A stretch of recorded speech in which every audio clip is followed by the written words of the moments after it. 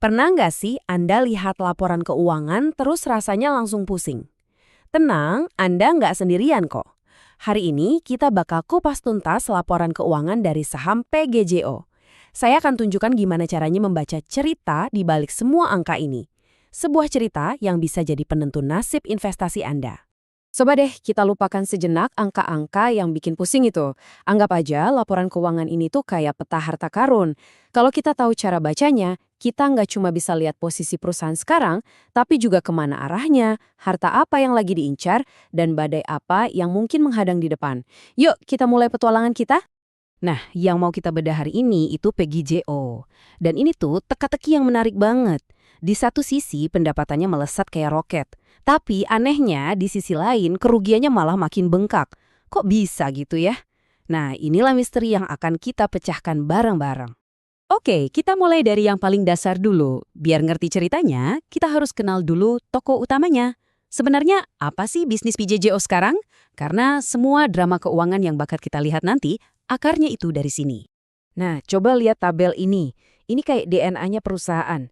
Dari total aset mereka, hampir 99%, gila kan 99%, itu ada di satu anak usaha doang, PT Mega Mitra Marin yang fokusnya di logistik nikel.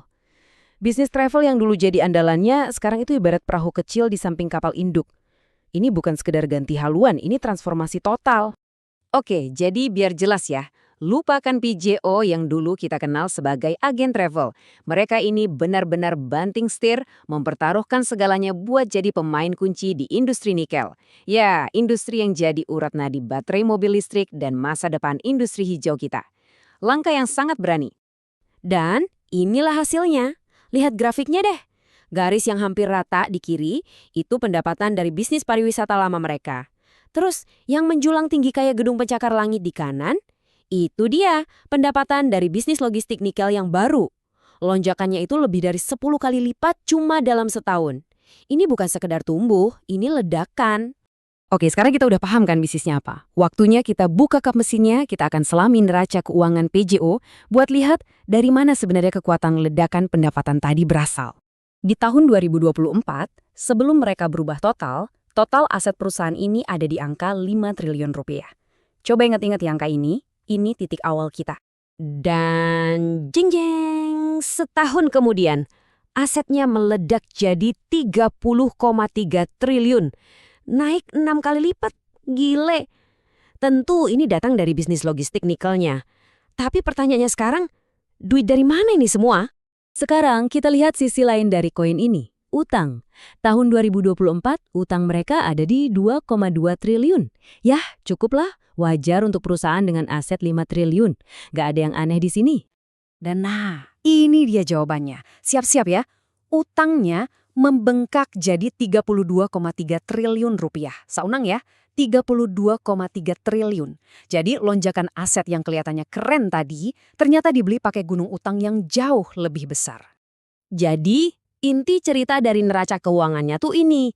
Aset yang besar didanai oleh utang yang lebih besar. Ini tuh strategi all in, bener-bener pertaruhan. Mereka bukan lagi bangun rumah, tapi mereka lagi bangun istana pakai duit pinjaman. Terus apa akibat dari strategi ini? Ini dia, total ekuitasnya minus 2 triliun rupiah. Artinya apa sih? Gampangnya gini, kalau hari ini perusahaan jual semua asetnya buat bayar semua utangnya, mereka itu masih nombok 2 triliun. Buat kita sebagai investor, ini lampu merah, paling merah malah. Ini red flag terbesar. Oke, neraca keuangan udah ngasih kita gambaran soal risikonya yang tinggi banget. Sekarang, kita pindah ke laporan laba rugi. Kita mau lihat, mesin bisnis barunya ini jalan apa enggak? Pendapatan yang super besar itu jadi untung nggak sih? Dan disinilah teka-tekinya makin seru. Pendapatan kan meroket tuh dari 1,9 ke 28 triliun. Tapi lihat deh baris paling bawah. Ruginya malah bengkak dari 5 triliun jadi 6,8 triliun. Aneh kan? Makin banyak duit masuk kok malah makin banyak yang hilang. Gimana ceritanya ini?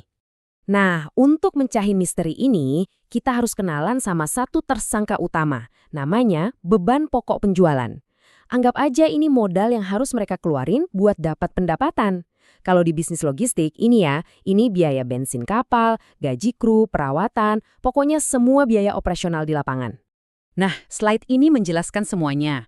Bayangin deh, mereka punya ember pendapatan ukurannya 28 triliun. Gede kan? Masalahnya, buat ngisi ember itu, mereka harus keluarin air sebanyak 26,5 triliun untuk biaya operasional. Jadi yang sisa di ember cuma sedikit banget, cuma 1,4 triliun.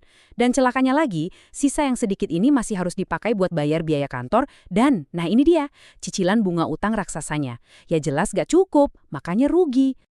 Oke, kita udah bedah semuanya nih. Bisnisnya, neracanya, laporan laba ruginya. Sekarang yang paling penting, sebagai investor, apa nih kesimpulan dan pelajaran yang bisa kita ambil dari semua ini? Jadi, apa artinya ini semua? Gini, ini tuh cerita turnaround dengan pertaruhan tingkat dewa.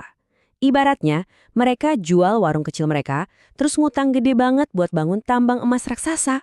Kalau emasnya ketemu, wah, mereka bisa jadi raja. Tapi kalau enggak, ya mereka bakal terkubur hidup-hidup sama utangnya sendiri. Yuk kita taruh semua kartunya di atas meja, biar adil.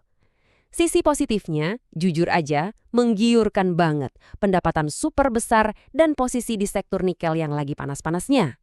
Ini kayak tiket lotre yang hadiahnya bisa bikin kayak mendadak. Tapi risikonya ya ada di tiket itu sendiri. Tumpukan utang segunung yang bisa meledak kapan aja. Kerugian yang terus-terusan dan modal yang udah negatif. Nah, sebagai mentor Anda, tugas saya itu bukan buat ngasih tahu beli atau jual. Bukan. Tugas saya itu ngasih Anda kacamata yang benar buat menganalisa. Jadi, ini ada 3 pertanyaan super penting yang harus Anda cari jawabannya sendiri sebelum lirik saham ini. 1. Bisa nggak sih manajemennya ngerem biaya operasional yang boros itu? 2. Mereka punya rencana apa buat bayar utang segede gaban itu? Dan 3, ini yang paling penting. Kapan mesin ini berhenti bakar duit dan mulai menghasilkan untung? Kapan?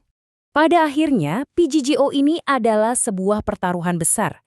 Apakah ini sebuah visi jenius yang menunggangi gelombang masa depan industri nikel atau cuma sebuah bom waktu keuangan yang detiknya terus berjalan? Jawabannya ada di tangan manajemen. Dan sekarang Anda nggak lagi cuma lihat harga sahamnya naik turun. Anda tahu persis apa yang harus diawasi di balik layar. Keputusannya ada di tangan Anda.